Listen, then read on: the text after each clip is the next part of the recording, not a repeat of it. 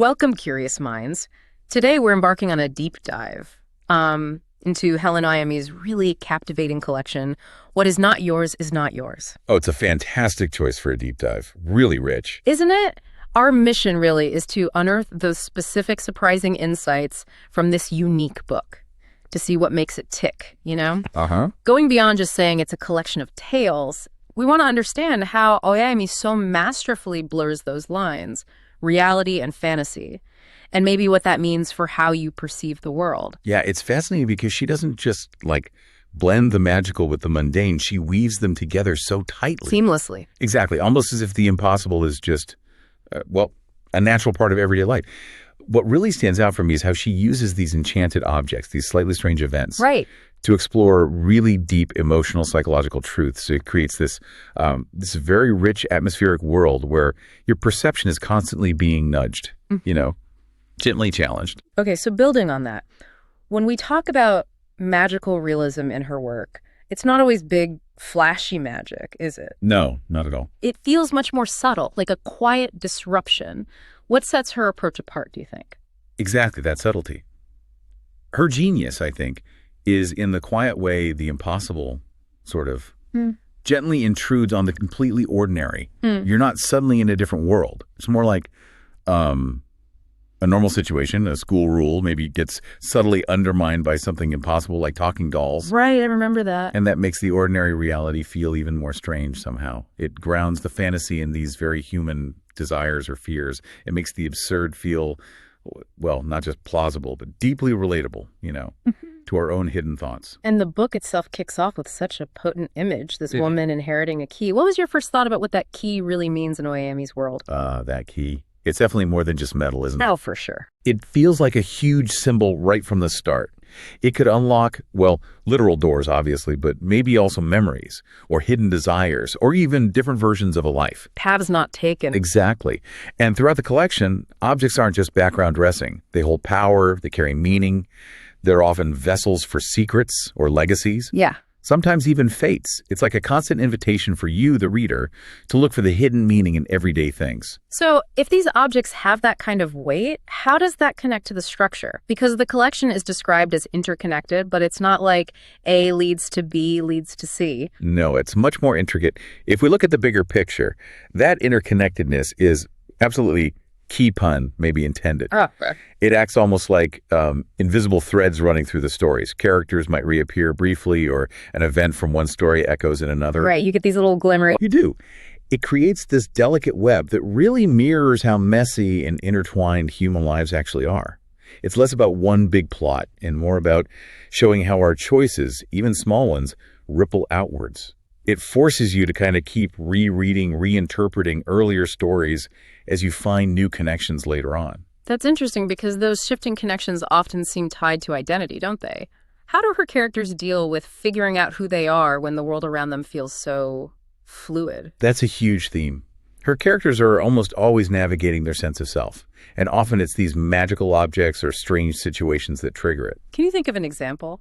Well, there's that story where a character's identity gets tangled up in this bizarre ongoing game of hide and seek. Oh, yes. Where the stakes aren't just being found, but maybe losing your future or becoming someone else entirely. It forces them, and us really, to ask, how much of me is fixed? And how much is shaped by my environment or secrets or even the stories people tell about me? It definitely raises that question for you. How much does where we are shape who we become? And that ties right into the idea of boundaries, doesn't it? Especially between what's real and what's fantasy. Some readers might find that constant blurring a bit unsettling. How does she make it work emotionally? That's a good point. I think it's because her magical realism isn't really about escaping reality. It feels more like it's enriching reality. Right. She invites you, the reader, to just embrace the uncertainty, the ambiguity, to accept that the lines between what you imagine and what's real aren't always sharp or even that important. That fluidity allows for a much, richer and more complex look at the characters' inner lives, their emotions. It definitely challenges your perception of what's possible, not just what's provable.